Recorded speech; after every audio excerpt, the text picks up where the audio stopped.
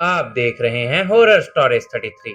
यदि आप चैनल पर नए हैं और हॉरर स्टोरी सुनना आपको पसंद है तो अभी चैनल को सब्सक्राइब करके बेल आइकन को दबा लें ताकि आने वाली सभी कहानियों का अपडेट आपको समय से मिलता रहे। तो चलिए शुरू करते हैं लखनऊ की यह दिल दहला देने वाली घटना। दोस्तों, मेरा नाम राहुल है और मैं यहीं यूपी के लखनऊ का रहने वाला हूँ। ये बात या यूं कहें कि ये घटना आज से लगभग 9 साल पुरानी है, जब एक एक्सीडेंट होने की वजह से मुझे पास ही के बलरामपुर हॉस्पिटल में लेके आया गया और फिर वहां मेरा सामना एक नहीं बल्कि अनेक भूतों की पूरी टोली से हुआ। आप भी सुनिए उस रात आखिर हुआ क्या था। जब मुझे सुबह के समय वहां हॉस्पिटल में लेकर भर्ती किया गया और डॉक्टरों ने मरहम पट्टी करके मुझे 2 रातें यहीं रहने को कहा, तो मेरे सब घर वाले वहीं मेरे पास थे। चोट मुझे ज्यादा नहीं लगी थी, जिस वजह से मैंने सबको घर जाकर आराम करने को कहा और मेरे चाचा का बेटा सुमित मेरे पास हॉस्पिटल में ही रात ठहर गया। सुमित ने मुझे खाना खिलाया और वो मेरे पास में ही लेट गया। अब समय रात के तकरीबन 9 बजे का था और जिस कमरे में मुझे रखा गया था उस कमरे में केवल मैं और सुमित ही थे। हम दोनों आपस में बैठे गप्पे लड़ाने में लगे हुए थे। इसी बीच कमरे का दरवाजे पर एक दस्तक हुई, ठक ठक की। सुमित ने जाकर दरवाजा खोला तो पाया कि बाहर तो कोई भी नहीं है। उसने इधर उधर देखा, आवाज भी लगाई, मगर कोई भी सामने ना आया, इसलिए वो वापस अंदर आ गया। और तो और उसे हॉस्पिटल का भी कोई वहां पर दिखा तक नहीं। ये बात उसे भी बहुत विचित्र लगी। उसने ये बात मुझे भी आकर बताई। बात तो अटपटी थी, कितनी रात को भला ऐसी जगह पर कोई क्यों ही ऐसे मजाक करेगा। पर फिर इसे वहम समझकर हम दोनों फिर से बात करने में लग गए। तभी अचानक से कमरे के बाहर से हमें किसी के कदमों की आवाज आई और वो आवाज इतनी तेज थी जिसने हम दोनों का ध्यान अपनी ओर आकर्षित कर लिया। हम उसी दरवाजे की ओर ही देख रहे थे कि तभी फिर से किसी ने दरवाजे को जोर से खड़काया।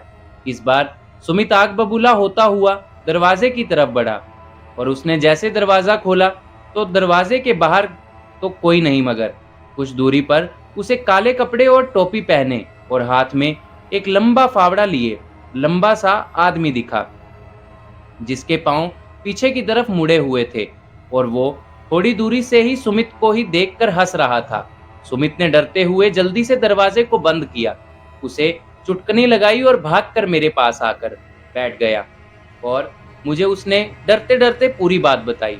उसकी बात सुनकर मैं हंसने लगा, क्योंकि वो भूत भूत कर रहा था और क्योंकि वो भूत भूत कर रहा था और भला आज के ज़माने में इस सब पर भला कौन ही विश्वास करता है। वैसे मुझे उसकी बातों पर विश्वास तो नहीं था। इतने में दरवाजे पर फिर से दस्तक हुई, मगर इस बार किसी ने उस दरवाजे पर कुछ रगड़ भी, मतलब जैसे कोई लोहे को लकड़ी से टकराता है, वैसी आवाज़ आई, जो सुनने के बाद मुझे भी सुमित की कही बातों पर अब विश्वास हो गया। हम दोनों जल्दी से बेड के नीचे आए और छिप गए और मैंने अंदर से ही आवाज लगा के पूछा, कौन है भाई? बाहर क्यों बार बार हमें परेशान कर रहे हो तुम? मगर बाहर से कोई भी आवाज नहीं आई। सुमित ने जल्दी से फोन निकाला और घर वालों को फोन करके पूरी बात बताई। तभी सुमित ने फोन पर नेट पे इस हॉस्पिटल के नाम डालकर पूरा सर्च किया और उसके बाद हमें पता चला कि यह हॉस्पिटल एक कब्रिस्तान के ऊपर बना हुआ है और यहाँ ऐसी गतिविधियां आम बात है। मैं भी ये देखकर चौंक गया और हम दोनों ने फैसला लिया कि यहाँ से जल्दी निकलना है। मैं वैसे चल फिर सकता था, थोड़ी सिर पर और हाथ पर चोट जरूर थी, मगर चलने में सक्षम था।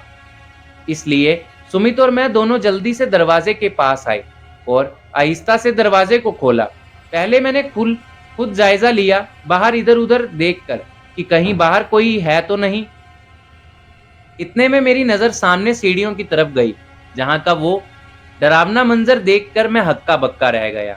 दरअसल मैंने देखा सीढ़ियों से आर पार देख सके ऐसा परिवार आ रहा था, जिसमें एक डरावनी सी महिला, एक आदमी और 2 छोटे बच्चे हवा में चलते हुए, मानो वो लोग हवा में तैर रहे थे।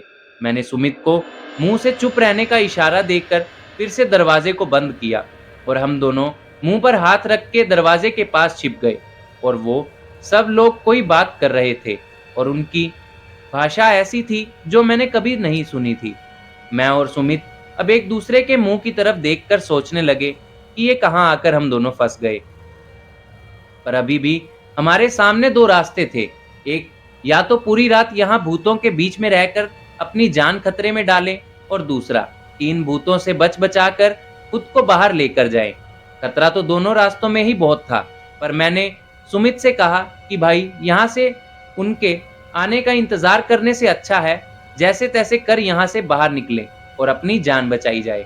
और फिर हम दोनों ने कमर कसी और जान हथेली में लेकर कमरे का दरवाजा खोला और चुपके से बाहर निकल आए। बाहर घोर सन्नाटा फैला हुआ था। देखने पर लग ही नहीं रहा था मानो हम किसी चहल पहल वाले अस्पताल में हैं। ये वो सन्नाटा था जो खतरे की घंटी थी।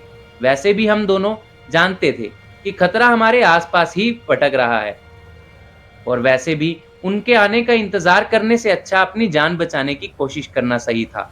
हम दोनों धीरे से, पहले हमने बाहर इधर उधर हर जगह अपनी नजरें दौड़ाई। रास्ता साफ था, पर अभी हमें हॉस्पिटल के पहले माले पर थे, इसलिए पहले नीचे जाना था। हम सीढ़ियों के पास आए और हल्के कदम रखते हुए नीचे की ओर आने लगे। नीचे आकर हमने जो बाहर आने का मेन दरवाजा था, वहां एक डॉक्टर की वर्दी में किसी को देखा, जिसने अपने मुंह पर मास्क से कुछ ढका हुआ था। मैं उसके पास आया और हल्के से उसके कान में कहा, यहाँ यहाँ भूत घूम रहे हैं भाई साहब, क्या चल रहा है यहाँ? तभी सामने से जो जवाब आया, उसे सुनकर सुमित और मैं दोनों फिर से चौंक गए। दरअसल मेरी बात सुनने के बाद सामने खड़े उस डॉक्टर ने, जैसे दिखने वाले शख्स ने, बहुत भारी सी आवाज में जवाब दिया, तुम गलत जगह पर आ गए हो। और फिर ये बोलकर उसने अपना मास्क नीचे किया।